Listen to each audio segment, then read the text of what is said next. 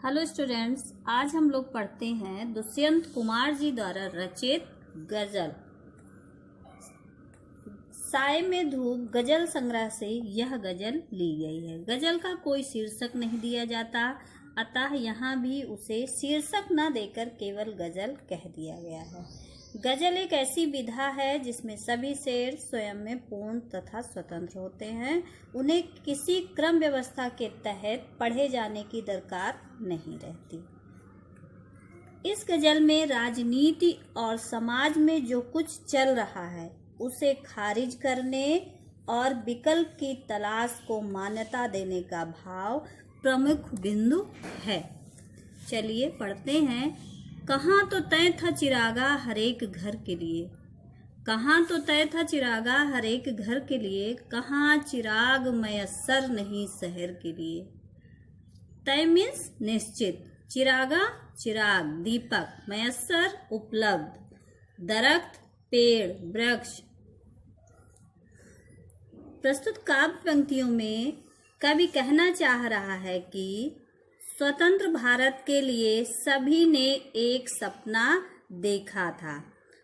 उस समय के राजनेताओं ने सभी को यह सपना दिखाया था कि जब हमारा देश स्वतंत्र हो जाएगा तो प्रत्येक घर में रोशनी होगी। रोशनी का मतलब यहाँ पर प्रत्येक घर में खुशहाली होगी, दीपकों की माला जलेगी, अर्थात ढेर सारी खुशियाँ मिलेंगी।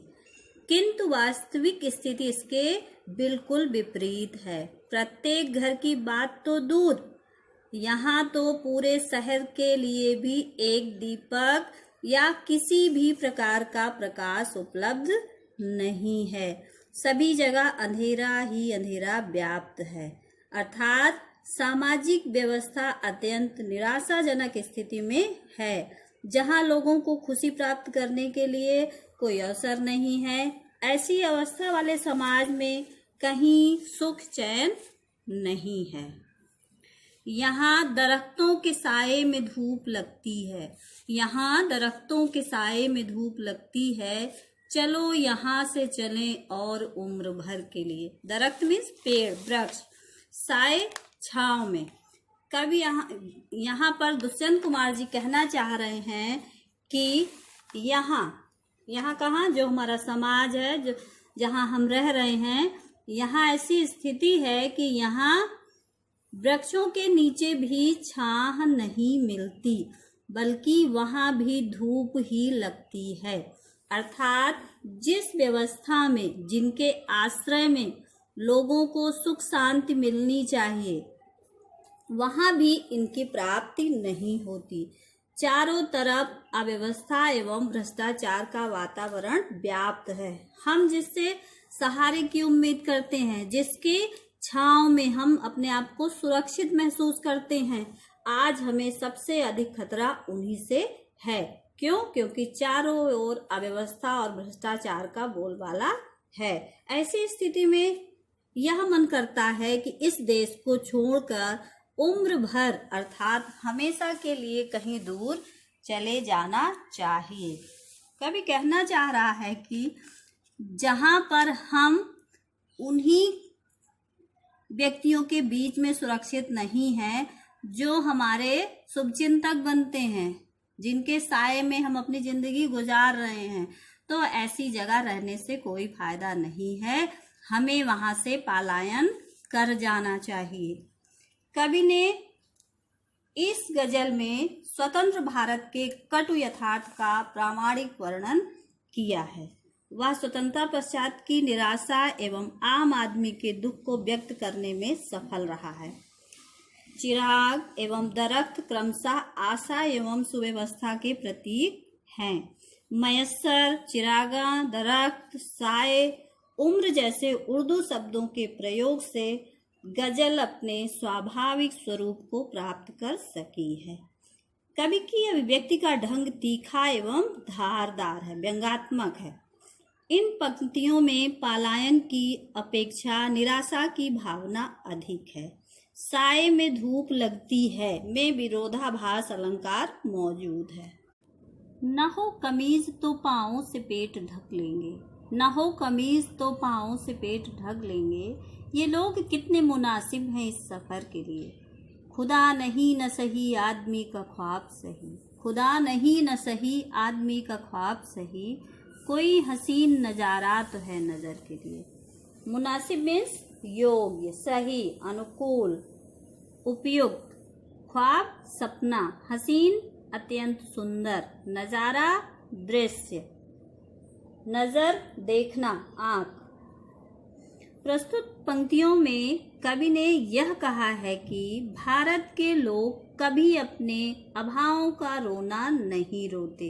यदि उन्हें पहनने के लिए कमीज न मिले तो वे अपने अधिकारों के लिए संघर्ष नहीं करते, बल्कि अपने पाँव को सिकोड़ कर अपना पेट ढकने की कोशिश करते हैं।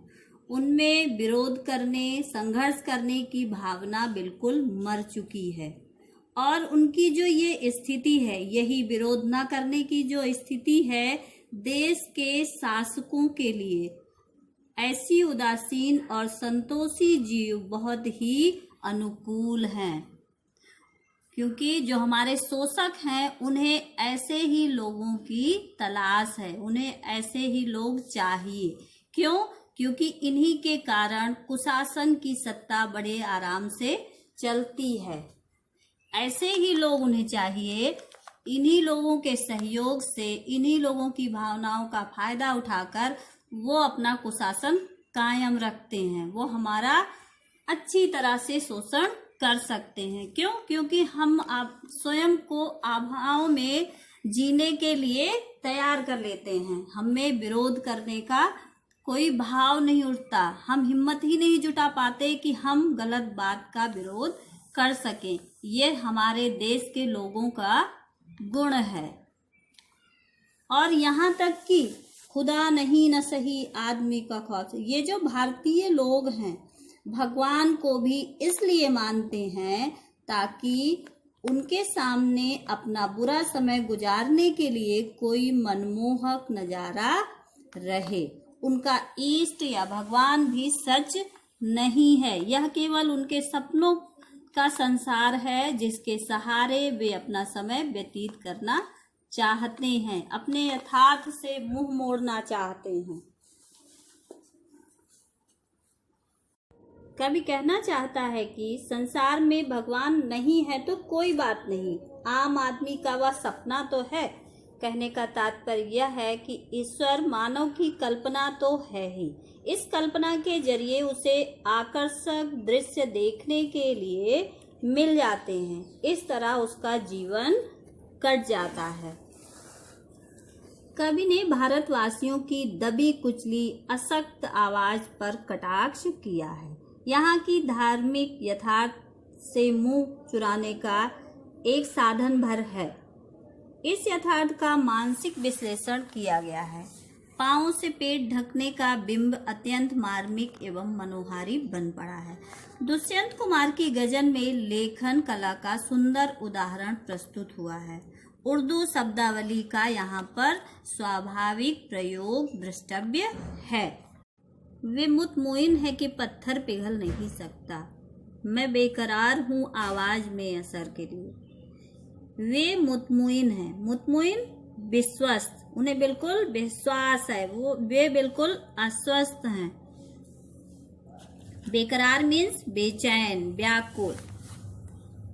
इन पंक्तियों में कवि ने यह बताने का प्रयास किया है कि समाज का शोषित पीड़ित वर्ग पूरी तरह यह विश्वास किए बैठा है कि सत्ताधारी लोगों के दिल पत्थर के हैं, उनमें किसी भी प्रकार की कोई संवेदना नहीं है, वे बिल्कुल संवेदनाहीन व्यक्ति हो गए हैं। वे कोई किसी प्रकार की दया, सहानुभूति या संवेदना नहीं रखते, परंतु कवि का विश्वास है कि आवाज में असर हो तो सत्ताधारी पत्थर दिल भी पिघल जाएंगे। यदि हमारी आवाज में असर हो, आवाज में असर का यहाँ पर आशय यह है कि यदि हमें विरोध करने की क्षमता हो तो ये जो सत्ताधारी पत्थर दिल लोग हैं यह भी पिघल सकते हैं। इसलिए वह पीड़ितों को आवाज में असर डालने की कोशिश कर रहा है।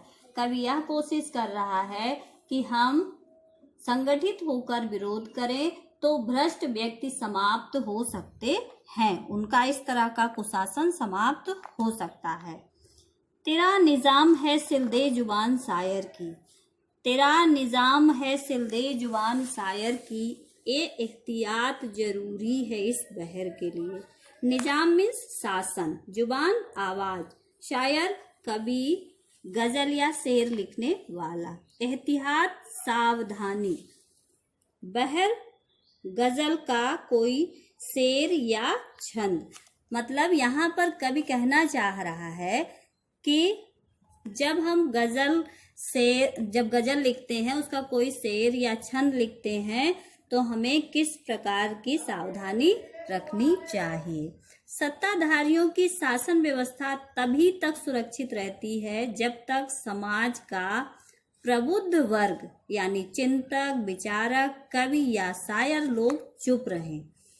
इन लोगों का ये काम है कि जो समाज में जो कुछ भी चल रहा है अपनी रचना के माध्यम से ये हमारे सामने रखते हैं, तो तब तक ही वे सुरक्षित हैं। ऐसे लोग तब तक सुरक्षित हैं जब तक समाज के ये लोग, कौन, चिंतक, विचारक, कवि या शायर लोग चुप हैं, इनके खिलाफ कोई आवाज नहीं उठाते हैं।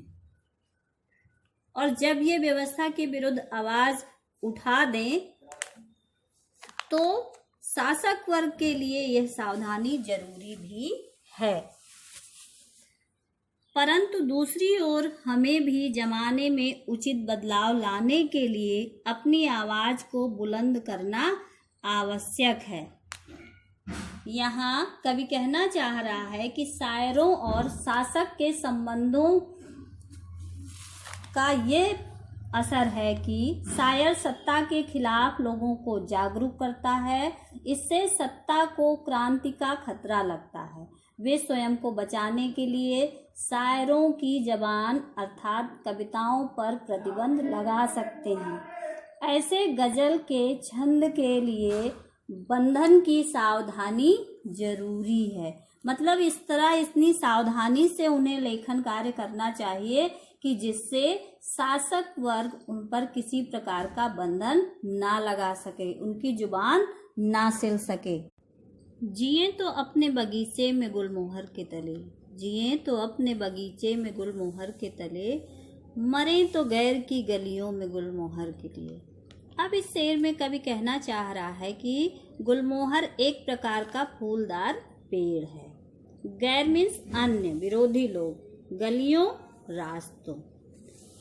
यहाँ कवि कहना चाह रहा है कि हमारा यही धर्म एवं कर्तव्य है कि अगर हम अपने बगीचे में जिएं तो इसी गुलमोहर के नीचे जिएं, और गैर की गलियों में मरें तो भी इसी गुलमोहर के लिए मरें।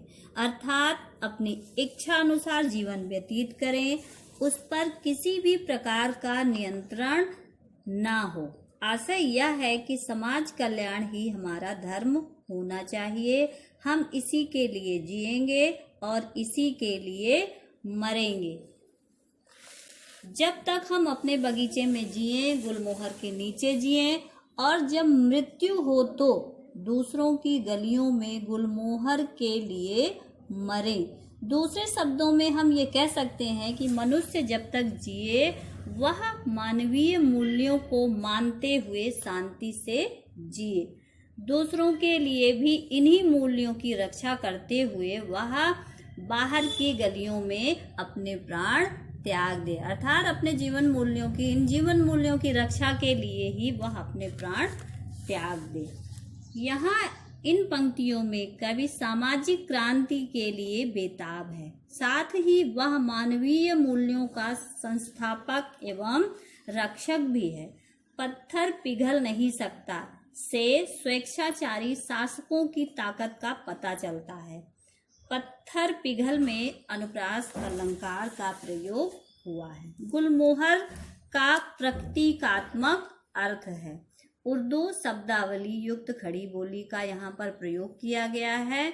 मैं और तू की शैली प्रभावी बन पड़ी है।